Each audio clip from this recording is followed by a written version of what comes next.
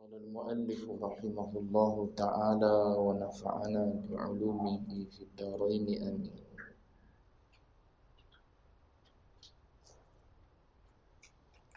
باب في ترك التنعم. Bab meninggalkan kesenangan.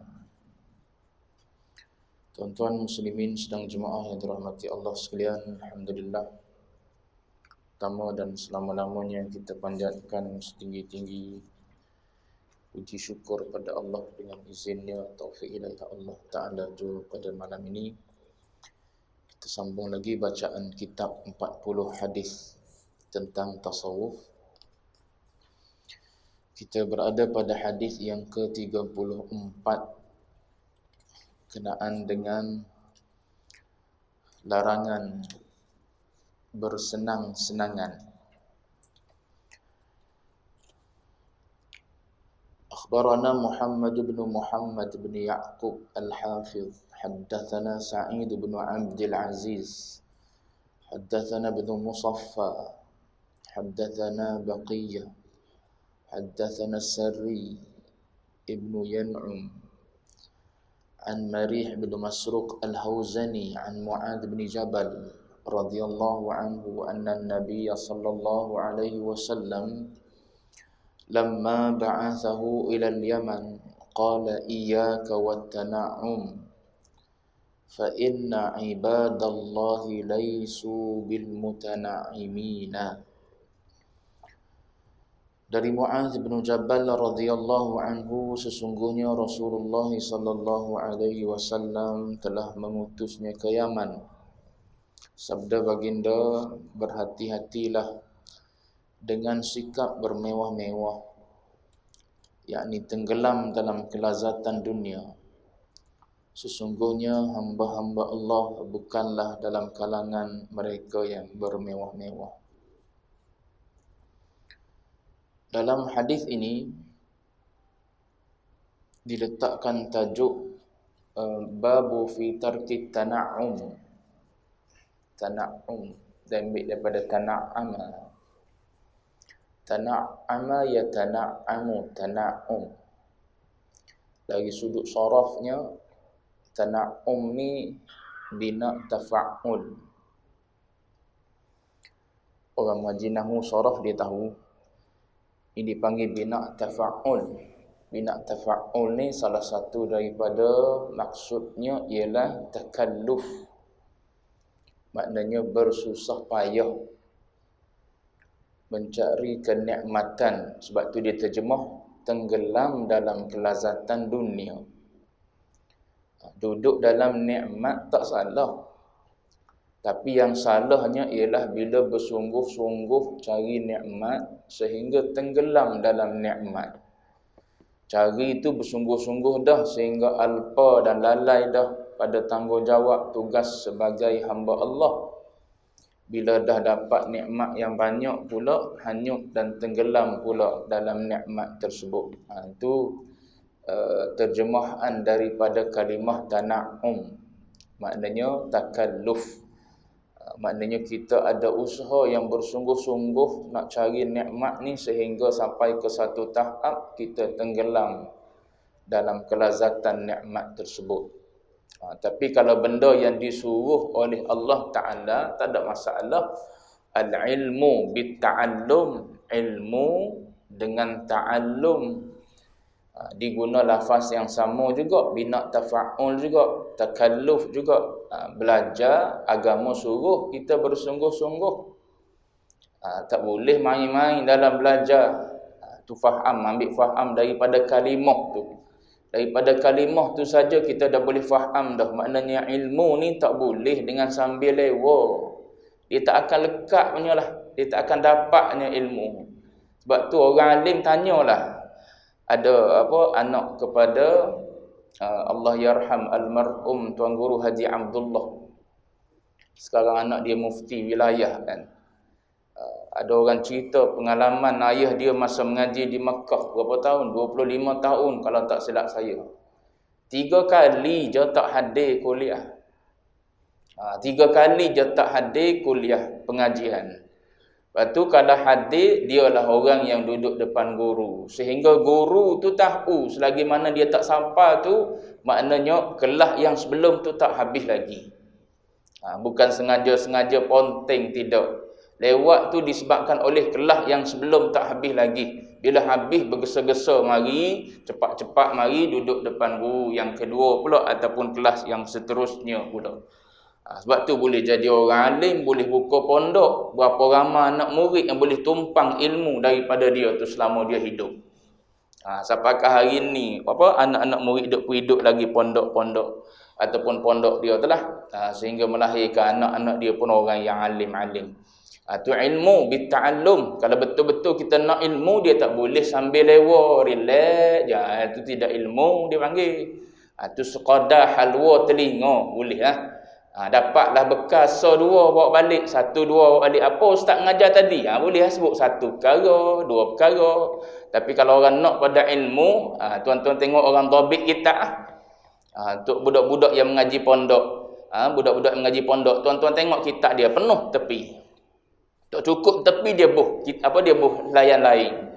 Dhabit nombor 1 apa, nombor 2 apa, noktah ni apa, masalah ni macam mana, nak taswir macam mana. Nanti bila dia nak baca balik, dia tengok nota tepi tu lah, senang dia nak baca. Kalau tidak, kita tak ingat lah macam mana hadis ni cerita ataupun teks ni nak maksudkan macam mana. Tu al-ilmu bit-ta'allum. Banyaklah lafaz tersebut diguna. Al-hilmu bit-tahallum. Nak sabar, kena bersungguh, kena berkuat kita. Kalau tak mampu kita nak sabar.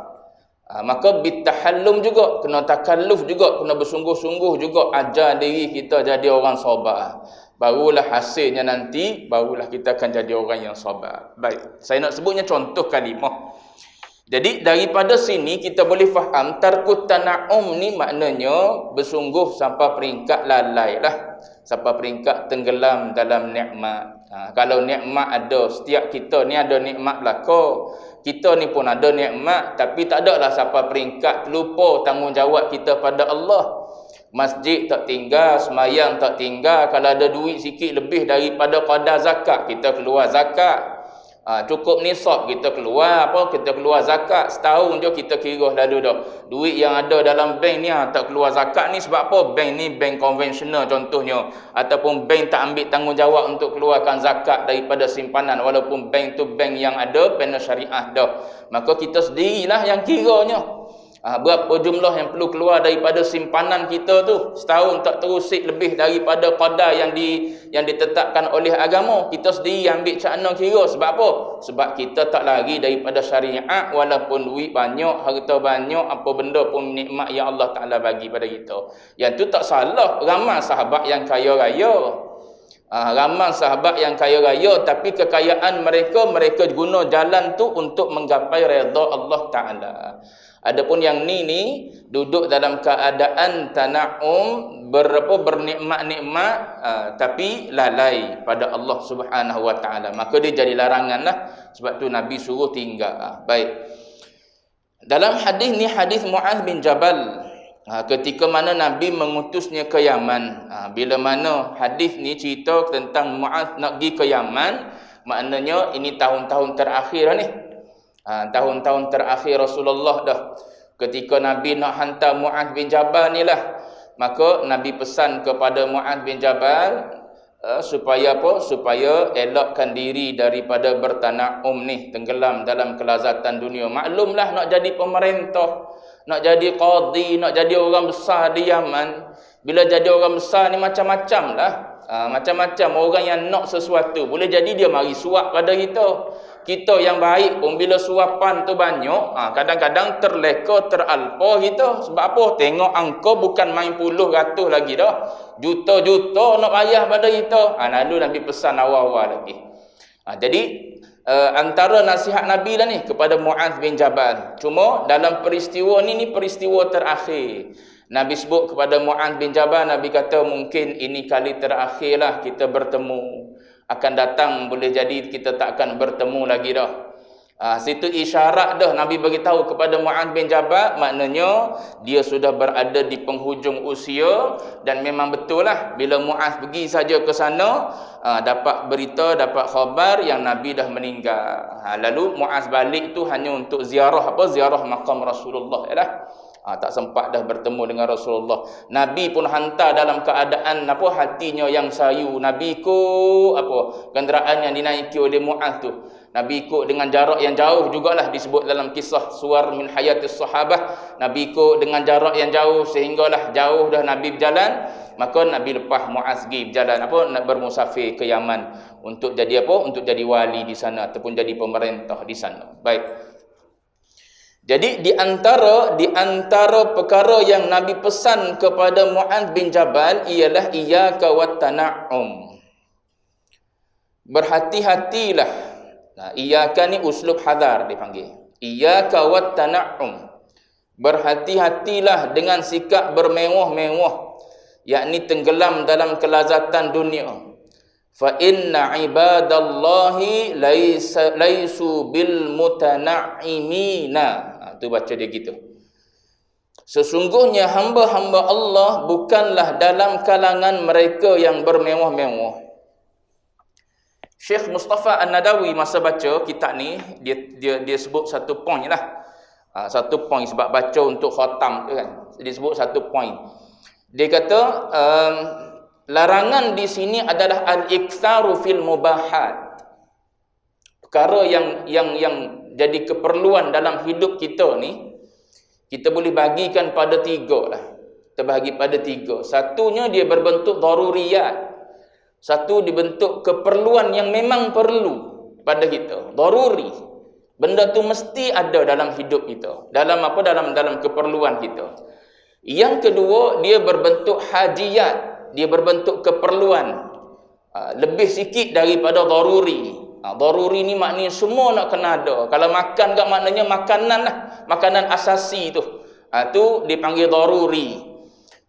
Kemudian dia ada yang disebut tahsiniyat. Tahsiniyat ni maknanya kita nak memperelok dah. Maknanya lebih kepada hiasan-hiasan dah. Rumah kita tu nasi ada dah, tapi bukan setakat nasi lah adanya, macam-macam lagi makanan ringan lainnya. Makanan fast food lainnya ada di rumah kita tu. Junk foodnya banyak di rumah kita boleh jadi. Jadi yang tu termasuk dalam tahsiniyat dah. Jadi Syekh sebut al-iktsaru fil mubahat ni yang jadi larangannya, memperbanyakkan ambil benda-benda yang harus ni, yang wajib perlu ada, memang kita kena ambil lah. Makanan asasi nak kena ada lah, keperluan asas kita, rumahnya dengan pakaiannya. Tapi jumlah pakaian yang ada pada kita bukan setakat daruri dah.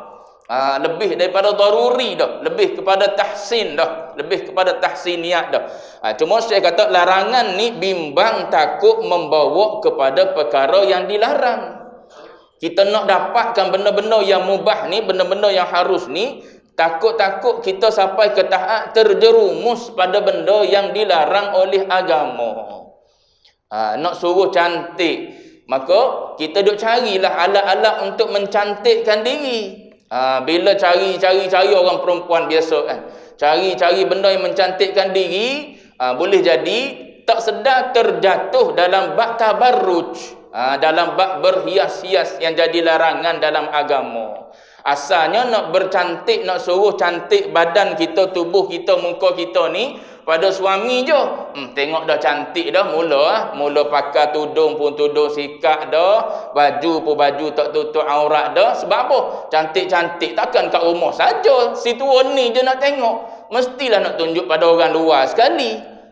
Takut bimbang-bimbang, takut jatuh pada benda yang diharamkan oleh Allah Ta'ala. Jadi larangan tu supaya kita beringatlah, kalau kita boleh maintain duduk dalam keadaan taat pada Allah Ta'ala walaupun dengan nikmat banyak, itu tak ada masalah. Bahkan boleh jadi dengan nikmat yang banyak tu umat baginda Nabi boleh dapat manfaat daripada kita. Sebab tu kita kena ajar anak yang tengah-tengah belajar ni, biar dia mengaji sungguh-sungguh, biar dia jadi orang besar. Biar dia jadi orang besar, jangan jadi orang kecil-kecil. Kita ni jadi orang kecil-kecil dah. Anak biar jadi orang besar-besar. Biar macam mana? Biar umat Nabi boleh tumpang. Maknanya dia boleh jadi orang yang boleh memberi khidmat kepada orang lain.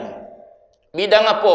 Katakanlah bidang apa? Bidang telekomunikasi. Orang Melayu Muslim, mukmin, tak ada lagi yang terlibat. Yang adanya orang-orang yang non-Muslim. Maka anak kita yang ambil bidang tersebut, biar jadi orang besar dalam telekomunikasi. Biar orang ambil apa? Orang lain boleh ambil manfaat daripada situ. Kita boleh ambil pekerja-pekerja. Anak kita jadi bos token besar, CEO besar. Di situ orang-orang lain kita boleh ambil dia. Umat Nabi boleh tumpang manfaat daripada situ. Itu tak ada salah. Yang salahnya bila kita lalai dan alpa dengan nikmat tersebut. Sebab kata Nabi, fa inna ibadallah sini kata ulama yang mensyarahkan hadis ni, dia kata ibadallah sini adalah al-mukhlisin, orang yang betul-betul ikhlas, hamba-hamba Allah yang betul-betul ikhlas, laisu bil mutanaimin, mereka ni bukanlah daripada kalangan orang yang bermewah-mewah. Sebab tana'um ni orang yang apa, yang berlebih-lebih dalam nikmat sehingga alpa lalai tenggelam dalam nikmat ni, sifat orang kafir. Sifat orang kafir, sifat orang yang lalai, sifat orang yang apa, yang melakukan dosa pada Allah Taala, tu yang Allah Taala sebut dalam Quran. Dharhum, kata Allah Taala, biarkan mereka yaqulu wa yatamatta'u wa yulhihimul amal. Fasawfa ya'lamun, kata Allah. Dharhum, biarkan mereka. Siapa mereka tu? Orang kafir. Orang kafir, biarkan mereka wa yatamatta'u wa yaqulu wa yatamatta'u, biarkan mereka nak makan sebanyak mana. Yatamatta'u, mereka nak berseronok macam mana pun. Wa yulhihimul amal, cita-cita mereka, angan-angan mereka sehingga melalaikan mereka, biarkan mereka. Sebab apa? Sebab mereka tu habuan dia di sini je. Kita bukan di sini. Kesudahan kita adalah di akhirat. Kalau kita pun berseronok dengan makan juga, berseronok dengan nikmat-nikmat juga, sehingga lalai alpa tenggelam kita dalam nikmat, maka rugilah kita nikmat yang baki, nikmat yang kekal, iaitu dalam syurga. Adapun mereka, sinilah kesudahan mereka. So mereka nak nikmat macam mana, nak makan macam mana, biar, kata Allah Ta'ala, dharhum yaqulu wa yatamatta'u, tu kerja mereka dah makan. Mana ada puasa mereka? Tak ada puasa. Kita ada puasa sampai bulan dia, kita kena puasa, dia dak sepanjang tahun makan. Pas nak makan sebanyak mana? Tu dalam hadis lain sebut, orang mukmin makan 1 perut, orang kafir makan 7 perut. Tu gambaran. Tapi kita tengok dia tak makan banyak. Boleh jadi dia lawan dah tu. Hakikat sebenar orang kafir mesti makan banyak. Kita orang mukmin ni makan seolah-olah macam ada 1 je perut pada kita. Mereka ni makan seolah-olah macam 7 perut yang ada pada mereka. Tu hadis lain sebut. Dalam kitab Penawar ada sebut hadis tersebut, babu syarahut ta'am tu. Bab makan secara berlebih-lebihan. Tu jadi celah pada agama. Tapi orang mukmin dia tak begitu sifat dia. Jadi kata Allah Ta'ala, dharhum, biarkan mereka makan ikut suka mereka. Ya'kuluna kama ta'kulul an'am, dalam ayat lain sebut.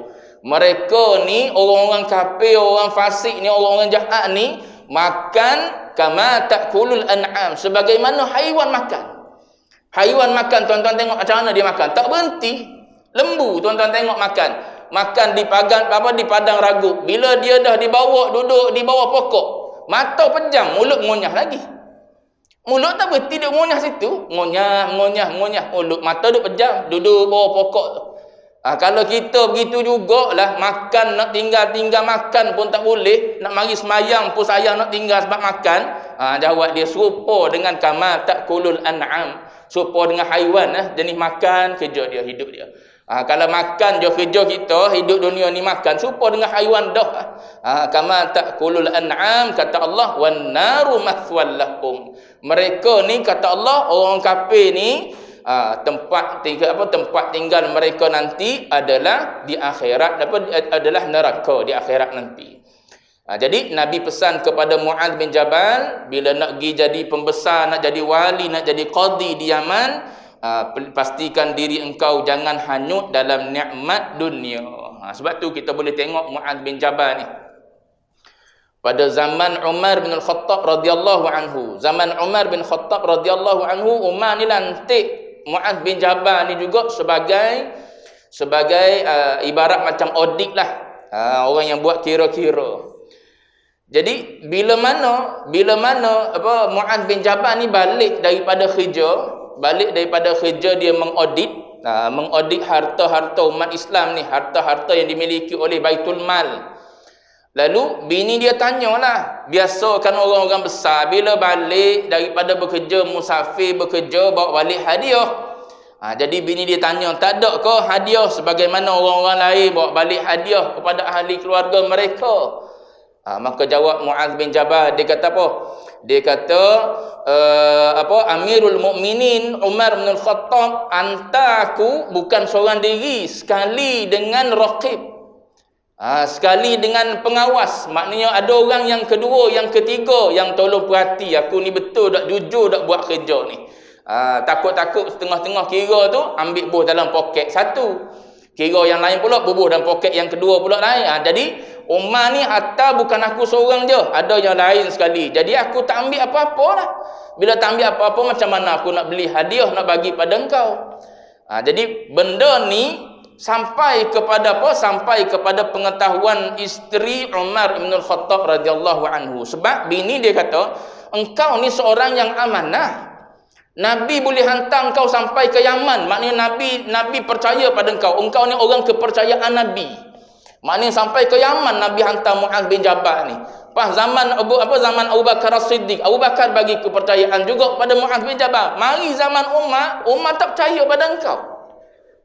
Bila bini dia kata gitu, dia cakap-cakaplah sama-sama dia, sama-sama orang perempuan, sampailah kepada isteri-isteri Umar bin Al-Khattab radhiyallahu anhu, pakat sapa kepada suami dia Umar bin Al-Khattab. Maka sampailah pada Umar. Lalu Umar panggil Mu'adz bin Jabal. Ya ke apa yang aku dengar? Engkau kata aku hantar engkau bekerja sebagai audit ni, kemudian aku hantar sekali orang yang tolong perhati engkau buat kerja. Jawab Mu'adz bin Jabal, dia kata, tidak ya Amirul Mukminin. Cuma maksud dia bercakap dengan bini dia tu, raqib tu yang mana? Ni kiri kanan. Dia tak menipu bini dia. Tu perangai sahabat. Tu dipanggil tauriyah, dipanggil. Dalam istilah agama dipanggil tauriyah. Tauriyah ni ada dua makna, maknanya double meaning. Dia ada makna dekat, makna jauh. Makna dekat, makna yang mudah faham. Makna jauh, makna yang perlu kepada qarinah untuk kita faham. Macam Nabi Allah Ibrahim alaihissalam jawab kepada bini dia kan. Bila dia dah kahwin seorang lagi, bini dia yang pertama tanya, ni siapa ni? Hadha akhi, dia tu, ni saudara aku. Saudara aku ni orang paling cepat faham ialah saudara seagama lah. Orang cepat faham ialah saudara adik-beradik. Hadha akhi. Ni adik-beradik. Bila sebut akhi, tapi sebenarnya bukan adik-beradik, saudara seagama. Bila saudara seagama boleh kahwin lah. Tapi kaedah tu dipanggil kaedah tauriyah. Jadi Mu'adz bin Jabal ni jawab pada bini dia, Umar hantarku bukan aku seorang, ada orang yang ada yang memerhati aku, iaitu raqib dan atid. Bila begitu aku tak ambil daripada harta tersebut untuk belikan hadiah. Jadi kata Mu'adz bin Jabal, aku sebenarnya tak ada alasan lain nak bagi tahu pada dia kecuali alasan tu. Bila Umar dengar, Umar pun tersenyum. Kenapa ketawa? Maknanya mendengar dialog di antara suami isteri dalam rumah tangga dia. Jadi Umar ambil satu hadiah, Umar bagi kepada Mu'adz bin Jabal. Umar kata, berikan kepada isterimu, ardhiha bih. Berikan benda ni kepada dia supaya apa? Supaya dia puas hati, dia redha. Tengok Umar ajar macam mana nak jadi suami biar bini tu suka dengan suami. Sebab tu agama ajar tahadau tahabu. Bagi hadiah, saling berbagi hadiah, pasti akan terpaut kasih sayang. Kita pergi ke mana pun tak ingat bini. Bini yang beli pergi ke mana balik beli ada makanan untuk kita. Balik je mesti bawa makanan. Bukan untuk dia pun, kadang-kadang untuk kita makan. Kita dengan anak-anak di rumah makan. Kita balik tangan kosong saja kita. Sayyidina Umar raja, Nabi pun pernah sebut dalam hadis dia, beli hadiah ataupun bagi sesuatu dengan cara yang macam tu boleh menyebabkan tahabu. Kamu akan bertaut kasih sayang. Tu Mu'adz bin Jabal dengan Umar bin Khattab radhiyallahu anhu. Nak beritahunya ialah Mu'adz bin Jabal ni tak ada mengambil peluang dan kesempatan untuk kepentingan diri dia. Walaupun dia ni dilantik sebagai sebagai audit di zaman Umar ataupun sebagai wali, sebagai qadi di zaman Rasulullah di Yaman. Hidup dia biasa-biasa je sebab dia ingat pesan Nabi larang bertana'um. Mu'adz bin Jabal meninggalnya di bumi Palestin. Meninggal di bumi Palestin. Jadi antara benda yang dia yang dia sebut saat dia nak meninggal, dia kata marhaban bil maut. Suka dia nak mati. Suka orang-orang yang macam ni suka nak mati. Sebab mati ni bukan habis. Mati ni bukan habis kisah, habis cerita, tidak. Mati ni satu perpindahan. Pindah masuk ke alam lain. Kita daripada alam dunia nak pergi ke alam akhirat. Cara dia ialah dengan mati. Pisah dulu roh.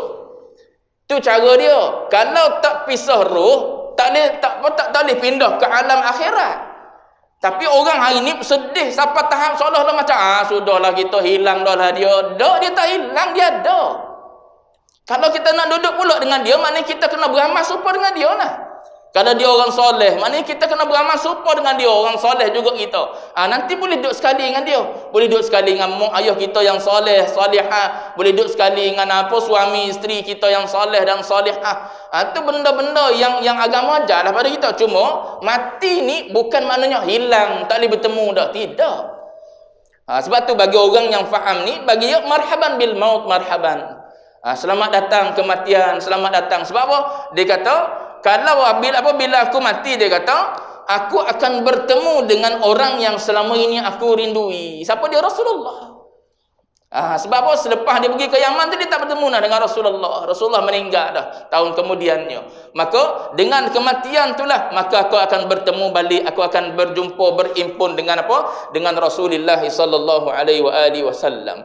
Kemudian dia berkata, dia berdoa, dia kata, sesungguhnya wahai Allah, engkau tahu bahawa aku ni suka duduk di dunia ni bukan kerana aku ni nak bercucuk tanam, tidak.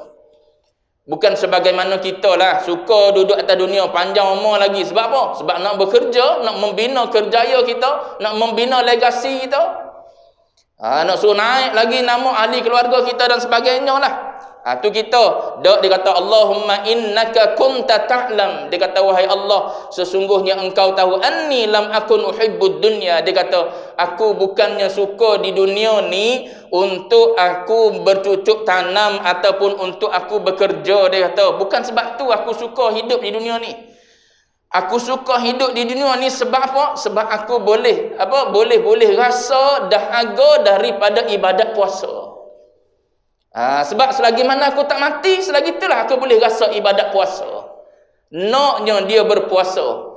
Maka dengan sebab aku tak mati, maka aku boleh berlapar, boleh berdahaga, boleh rasa macam mana hausnya dahaga puasa tersebut. Kemudian aku boleh bermujahadah melawan keinginan hawa nafsu aku. Kemudian dia kata aku boleh muzahamatil ulama, aku boleh duduk dengan para alim ulama. Dia kata tu di antara benda yang menyebabkan aku suka di dunia ni.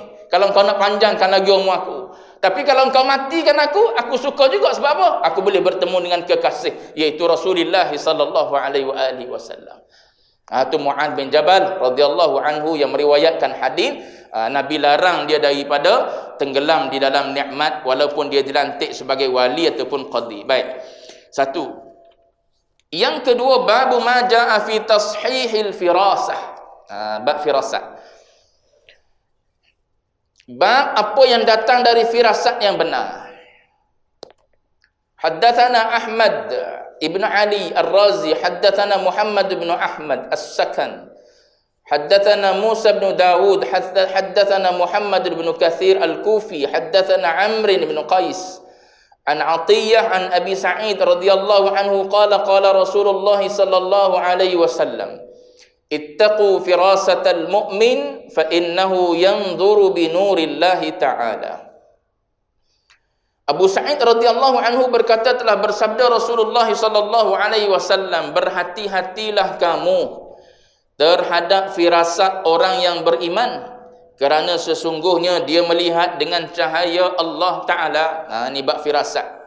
Ilmu firasat. Orang nak sangat ni firasat ni. Sebab apa? Boleh baca orang, dia kata. Tu suka kalau boleh dapat ilmu firasat suka. Sebab apa? Sebab boleh baca orang. Nak buat apa? Tahu baca orang tu. Firasat ni ada kasbi, ada wahbi. Ada kasbi, ada wahbi. Wahbi yang berbentuk anugerah daripada Allah Ta'ala. Yang ni yang disebutkan dianugerahkan kepada para awliya illahi salihin. Adapun yang berbentuk kasbi, ada juga ulama kata berbentuk kasbi, maknanya boleh diusahakan untuk mendapat ilmu ni, ilmu firasat ni. Baik, Nabi kata ittaqu firasatal mu'min fa innahu yanzuru binurillah. Nabi kata berhati-hati, beringat gitu terhadap firasat orang mukmin, yakni orang yang beriman. Fa innahu illah, dia kenapa Nabi suruh beringat, berhati-hati dengan firasat orang mukmin ni? Fa innahu yanzuru, kerana orang mukmin ni yanzur. Apa makna yanzur ni? Yanzur dengan makna yara, dengan makna yudrik, dengan makna yumayyizul umur, kata ulama yang mensyarahkan hadis ni. Iaitu orang yang mukmin ni, yang digunakan firasat oleh Allah Ta'ala ni, saat dia dapat firasat ni, dia melihat sesuatu itu dan dia boleh bezakan sesuatu itu binurillah. Binur ni ulama kata bita'limillah, dengan ajaran daripada Allah Ta'ala. Tuhan yang ajar dia. Tengok zahir, dia tahu batin macam mana. Tengok zahir, dia boleh tahu batin bagaimana. Tu bacaan dia. Baik, yang zuru binurillahi ta'ala. Tengok dengan apa? Dengan pengajaran ataupun dengan ilmu yang datangnya daripada Allah Subhanahu wa taala. Dia boleh rasa dalam dalam jiwa dia, dalam hati dia. Dia boleh ada zauq dalam hati dia. Tu dipanggil benda yang Allah Subhanahu wa taala campak dan ajarkan pada orang yang diberi anugerah firasat ni. Baik. Dalam riwayat lain, Nabi baca hadis ni, kemudian Nabi baca ayat Quran. Sini dia tak tulis ayat Quran. Nabi sebut ittaqu firasatal mu'min fa innahu yanzuru binurillah. Kemudian Nabi baca ayat Quran, surah Al-Hijr ayat 75 kalau tak silap saya. Surah Al-Hijr ayat 75. Allah Ta'ala sebut inna fi dzalika laayatin lil mutawassimin. Tuan-tuan boleh cek balik ayat surah Hijr ayat 75 kalau tak silap saya. Inna fi dzalika laayatin lil mutawassimin. Nabi baca ayat tu. Selepas Nabi sebut hadis ni, Nabi baca ayat tu. Sesungguhnya pada perkara tersebut, perkara apa ni? Cerita ayat tu, sebelum tu cerita tentang Nabi Allah Lut dengan kaum dia. Yang mana Allah Ta'ala datangkan bala bencana pada kaum Lut yang homoseksual ni. Allah Ta'ala balikkan bumi, aliha safilaha.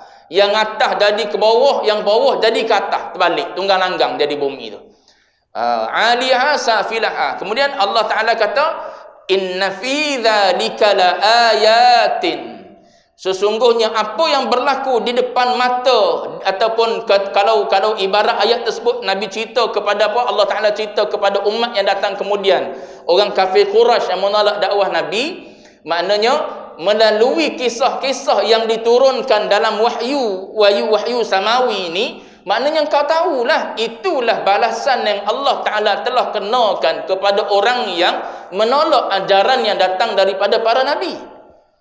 So zahir engkau tengok apa yang berlaku dengan mata kepala engkau ataupun melalui ilmu yang ada dalam Quran, apa yang telah Allah Ta'ala perlakukan kepada Nabi Lut alaihissalam, batinnya engkau kena tahu benda ni juga boleh berlaku kepada kita. Itu dipanggil firasat tu. Sebab tu disebut lil mutawassimin. Lil mutawassimin ni yang ulama katakan lil mutafarrisin, orang yang diberi firasat, orang yang diberi kefahaman. Lil mutabassirin, orang yang diberi celik, orang yang diberi nampak. Bila mana Allah Ta'ala kata Nabi Lut, kaum Nabi Lut ini Allah Ta'ala boleh balik bumi dia disebabkan oleh keingkaran mereka taat pada perintah Allah dan perintah Nabi-Nabi mereka, maka batinnya kita perlu tahu bahawa benda ni juga boleh berlaku pada kita. Itu dipanggil firasat. Sebab tu Allah Ta'ala menggunakan lil mutawassimin.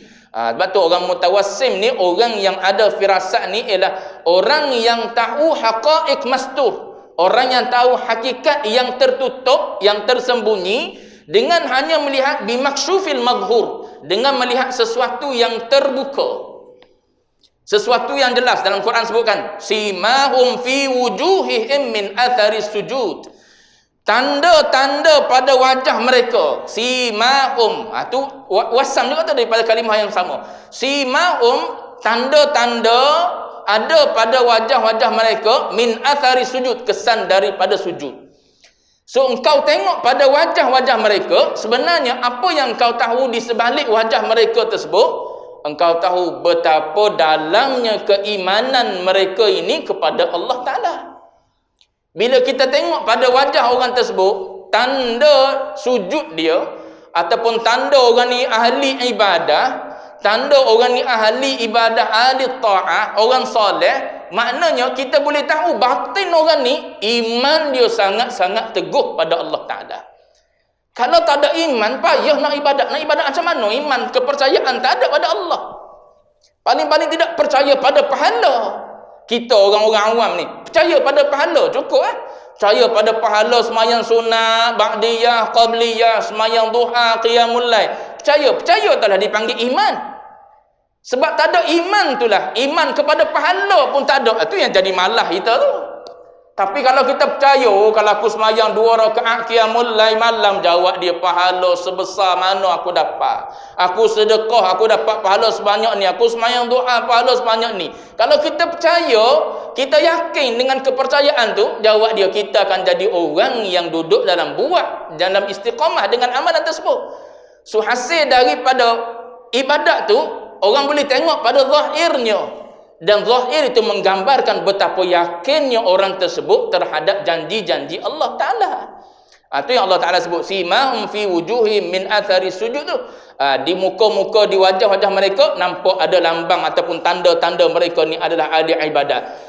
Dalam batinnya kita boleh tahu bahawa mereka ni adalah orang yang sangat-sangat dalam keimanan mereka pada Allah Ta'ala. Lepas tu banyak lagi lah riwayat-riwayat yang lain. Riwayat daripada Anas bin Malik. Anas mengatakan inna lillahi ibadan, sesungguhnya Allah Ta'ala ni punya hamba-hamba ya'rifunan nasa bitawassum.